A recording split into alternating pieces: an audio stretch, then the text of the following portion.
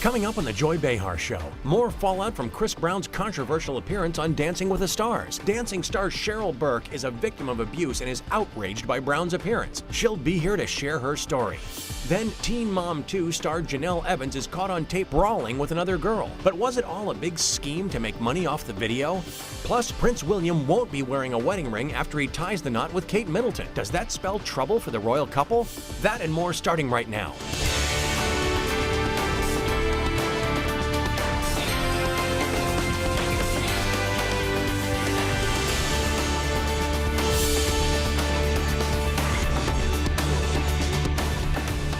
Everyone, I'm Robin Quivers, sitting in for Joy Behar tonight.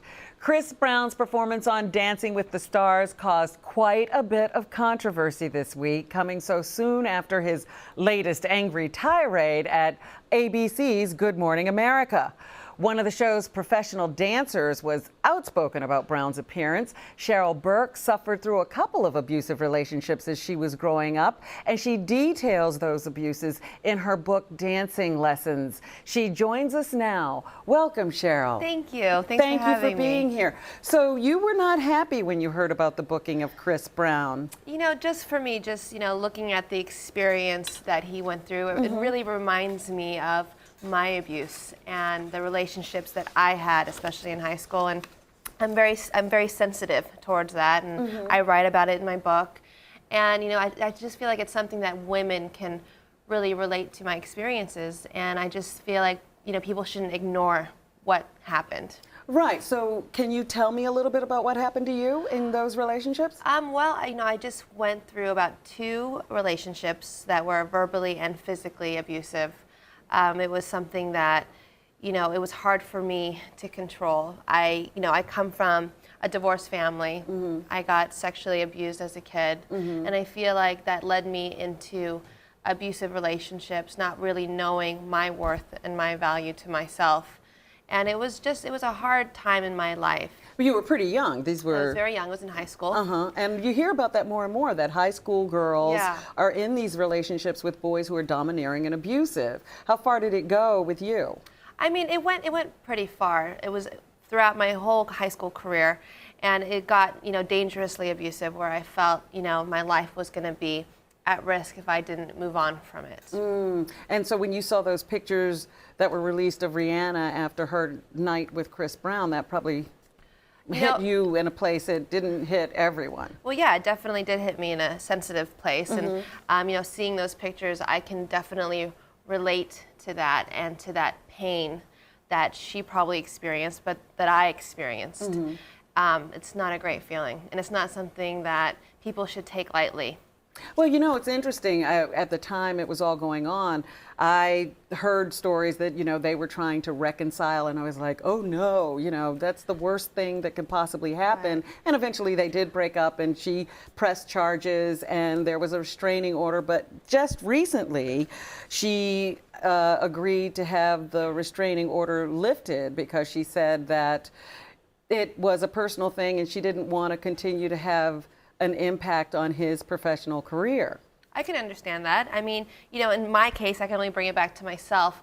I went back. It was really hard for me to get out of my relationship. I felt like, I was nobody without that person in my life, and that person made me feel like that. I was completely out of control.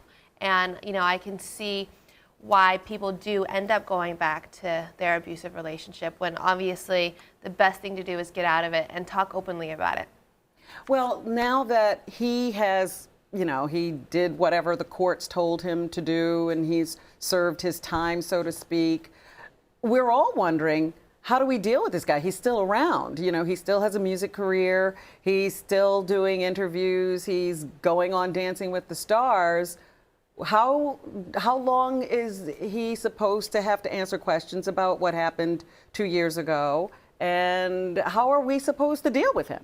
Well, I think it's something that is always going to be in his life. And same thing when I wrote this book. Everyone's going to always ask me about my experience. It just happens to be that, he's in the spotlight, and he's a very talented musician. And, yes, he has his career, But this is something that people are always going to wonder and question, and I think you have to be able to know how to answer the question if it's being asked. Yeah, what did you think of that, the antics, at Good Morning America, where he broke up the dressing room and threw a chair? And... I mean, I wasn't there personally, but I mean, just being asked the question, I think just being prepared to obviously answer it should have been, I think, a little bit better.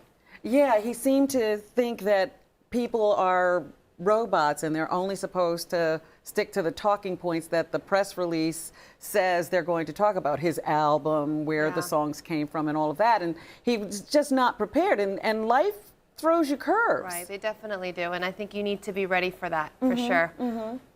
So now that you have moved on in your life, are you having better times in relationships, or do you find that this still follows you? No, I definitely am, and I'm seeking therapy, and I will probably for the rest of my life, and it's really helped me get out of that pattern of dating abusive men, and really, I've been single for the last year and a half, which has really helped me find out who I am and have more respect for myself.